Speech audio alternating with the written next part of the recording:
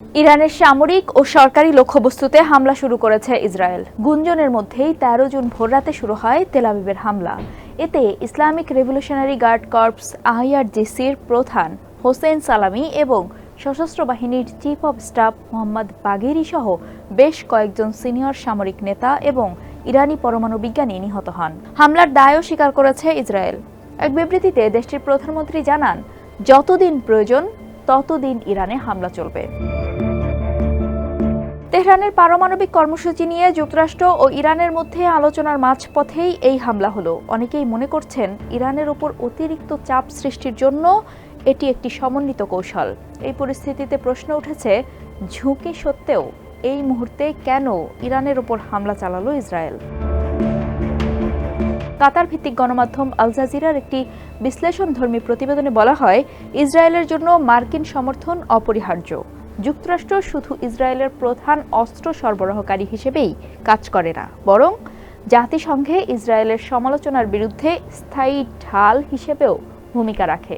আন্তর্জাতিক আইন লঙ্ঘনের বারবার অভিযোগ সত্ত্বেও ইসরায়েলের মিত্রদের বিরুদ্ধে যে কোনো আনুষ্ঠানিক নিন্দা আটকাতে যুক্তরাষ্ট্র প্রায়ই জাতিসংঘ নিরাপত্তা পরিষদে ভেটো ক্ষমতা প্রয়োগ করে। অন্যদিকে একটি শক্তিশালী আঞ্চলিক শক্তির নাম ইরান। মধ্যপ্রাচ্য জুড়ে তাদের সহযোগী গোষ্ঠীও রয়েছে। এমন বাস্তবতায় ইরানের ওপর হামলা ইসরায়েলের জন্য একটি ঝুঁকিপূর্ণ পদক্ষেপ হিসেবে দেখা হচ্ছে, যদিও হামলার আগেই ইরানের প্রতিক্রিয়ার বিষয়ে শঙ্কিত ছিল তেল আবিব। একই সঙ্গে মধ্যপ্রাচ্য জুড়ে মার্কিন সেনা মোতায়েন থাকায় ইরানে হামলার ফল যুক্তরাষ্ট্রের জন্য ঝুঁকির কারণ হতে পারে। ইরান ইসরায়েলের মধ্যে বিদ্যমান দ্বন্দ্ব প্রায় অর্ধশত বছরের পুরনো, তবে এই দ্বন্দ্ব সংঘর্ষের রূপ নেয়নি খুব একটা। মাঝে মাঝে দুই পক্ষের মধ্যে উত্তেজনা ছড়ালেও তা খুব একটা বিস্তার লাভ করেনি। ক্ষুদ্র পরিসরে সেই সব হামলার প্রেক্ষাপট ও উদ্দেশ্যে রয়েছে ভিন্নতা। এর মধ্যে অন্যতম পারমাণবিক হুমকি এবং আঞ্চলিক প্রভাব। ইসরায়েলের সামরিক শ্রেষ্ঠত্বের অন্যতম কারণ তাদের পারমাণবিক অস্ত্র, যা মধ্যপ্রাচ্যের অন্য কোনো দেশের নেই। ইরানের পারমাণবিক অস্ত্র অর্জন ইসরায়েলের এই কৌশলগত সুবিধা কেড়ে নেবে, যা তাদের জন্য রেড লাইন হিসেবে বিবেচিত। নেতানিয়াহু দীর্ঘদিন ধরেই দাবি করে আসছেন, পারমাণবিক অস্ত্র অর্জনের দ্বার প্রান্তে রয়েছে ইরান।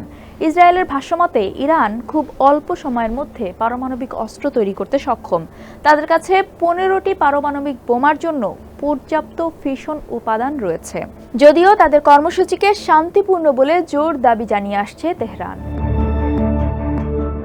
ইরানের দাবির সঙ্গে পুরোপুরি একমত না হলেও যুক্তরাষ্ট্র মনে করে পারমাণবিক অস্ত্র অর্জন থেকে বেশ দূরেই অবস্থান করছে ইরান।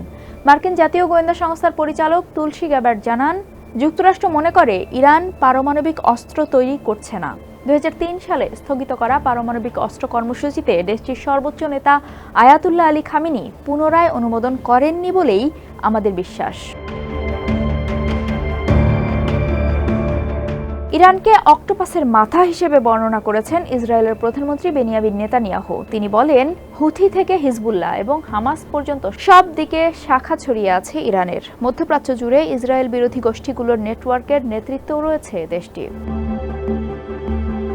আল জাজিরার বিশ্লেষণে আরও বলা হয়, 2023 সালের অক্টোবরে গাজায় যুদ্ধ শুরুর পর হামাস এবং হিজবুল্লাহ উভয়কেই মারাত্মকভাবে দুর্বল করতে সক্ষম হয়েছে ইসরায়েল। ফলে ইরানে হামলার পর প্রত্যাশিত পাল্টা আঘাত করতে পারেনি হিজবুল্লাহ। ইসরায়েলের কট্টরপন্থীদের মতে, ইরান সহ অন্যান্য শত্রুদের লক্ষ্য করে হামলা চালিয়ে সমগ্র মধ্যপ্রাচ্যকে নতুন করে সাজানোর এক অভূতপূর্ব সুযোগ এসেছে। এমনকি ইরানে শাসন পরিবর্তনের সুযোগও দেখছেন কেউ কেউ। নিজের রাজনৈতিক স্বার্থে সামরিক সিদ্ধান্ত নিচ্ছেন নেতানিয়াহু, এমনটাই মনে করেন তার সমালোচকরা। তাদের মতে, নিজের জোটকে সরকারের ক্ষমতায় টিকিয়ে রাখার জন্যই ইরান এবং গাজা উভয় ক্ষেত্রেই সংঘাতের উপর নির্ভরশীল নেতানিয়াহু। ইসরায়েলি রাজনৈতিক বিশ্লেষক ওরি গোল্ডবার্গ বলেন, ইসরায়েলের প্রতি কোনো হুমকি ছিল না, এই হামলাও অনিবার্য ছিল না। আসলে নেতানিয়াহুর পররাষ্ট্র নীতি এবং অভ্যন্তরীণ রাজনীতির মধ্যে কোনো পার্থক্য করা যায় না। আন্তর্জাতিক পরমাণু শক্তি সংস্থা IAEA জানিয়েছে, পারমাণবিক অস্ত্র বিস্তার রোধ চুক্তির বাধ্যবাধকতা পূরণ করতে ব্যর্থ হয়েছে ইরান, যদিও তা প্রত্যাখ্যান করে আসছে দেশটি। ইরানের বিরুদ্ধে অসহযোগিতার অভিযোগ তুললেও পারমাণবিক অস্ত্র তৈরি করছে এমন কোনো তথ্য নেই IAEA এর কাছেও। ইরান পারমাণবিক অস্ত্র তৈরি করছে বলে মনে করছে না যুক্তরাষ্ট্র। আইন বিশেষজ্ঞদের মতে, ইরানে আকস্মিক হামলার মধ্য দিয়ে আন্তর্জাতিক আইন ভঙ্গ করেছে ইসরায়েল।